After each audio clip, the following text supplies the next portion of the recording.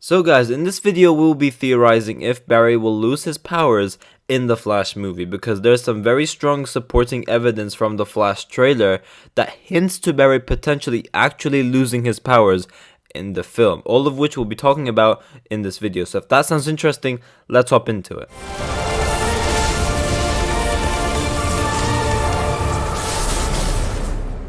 Yo, what is going on guys, Flashverse here, and welcome back to another video on the Flash movie. And as I said in the intro already, in this video we'll be talking about Barry losing his powers in the Flash movie.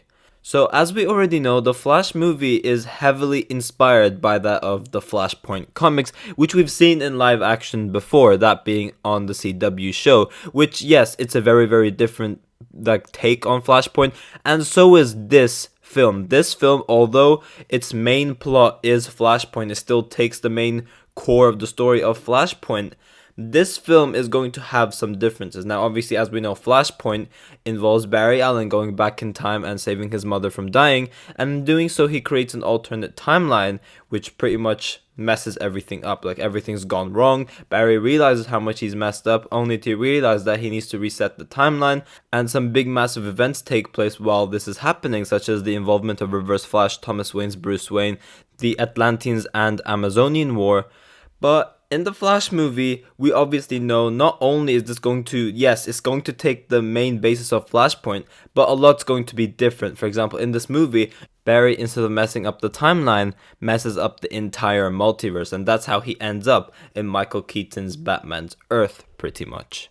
But we do also have some similarities, such as the big conflict taking place in this movie, which in the case of this, it's not the Amazonians versus Atlanteans war. It is going to be General Zod's invasion that General Zod did in Man of Steel, but obviously instead of Superman and Zod's conflict, it's going to be Supergirl and General Zod's conflict. Instead of Thomas Wayne's Bruce Wayne, we're obviously getting Michael Keaton's Batman. So there's a lot of similarities, but there are some changes to it as well, and most notably being the main villain of the film is not going to be Reverse Flash, it is going to be a villain known as Dark Flash, which essentially is an evil version of Barry as we know so far. But since this movie is taking the core of the story of Flashpoint, there must be one of the key aspects that they're going to take inspiration from as well. That is Barry losing his powers, in which in the Flashpoint comics, Barry does actually lose his powers. Barry ends up losing his powers once he creates this alternate timeline, eventually gets Thomas Wayne's Batman's help, and then, they try to get his speed back. One time, it completely fails and the Flash gets completely fried up, but the second time it works and his wounds are obviously then healed due to his speed healing abilities. But the Flash does lose his powers, and twice do they try to bring his powers back.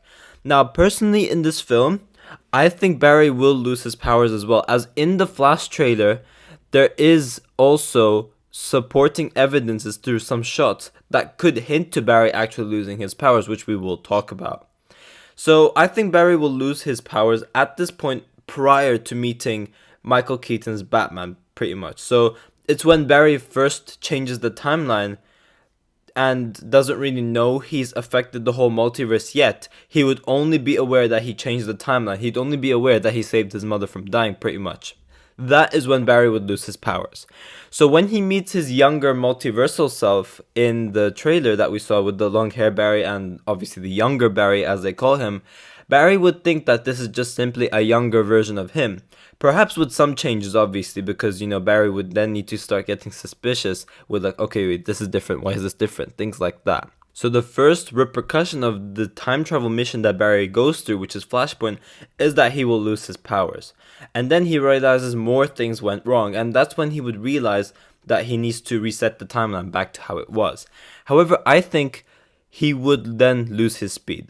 This is why he would go to his younger self. He would assume that his younger self has already become the Flash. Or even maybe Barry would be aware that he has not become the Flash yet. And since this is his younger self, if he gets powers, that would automatically enable Barry to become the Flash as well. Assuming that this other Barry is actually his younger self. This is what Barry thinks. Obviously, we know it's some completely different multiversal Flash. It's not a younger version of our Barry Allen. But this is what Barry would think, because he wouldn't be aware that he's messed up the whole multiverse yet. Now, in the trailer, we do have a shot of what seems to be both Barrys getting struck by lightning. It seems to be like a power sharing sequence or something like that. That's what I called it originally, with both Barrys getting struck by lightning. Now, perhaps this is Barry trying to get his speed back for the first attempt. However, the twist would be, since this is a multiverse version of Barry Allen, the multiverse Barry would then become the Flash, but our Barry still wouldn't have powers. Maybe that could be the whole twist behind it. This explains the ripped and modified Batman suit that this younger version of the Flash will be wearing in the film. Pretty much that is because he doesn't have a suit yet, because he just becomes the Flash in this film. He's brand new, zero speedster experience, various other things like that. So perhaps our Barry could maybe train him for like a sequence or two or something like that. I don't know, but this is how this younger version of Barry becomes the Flash.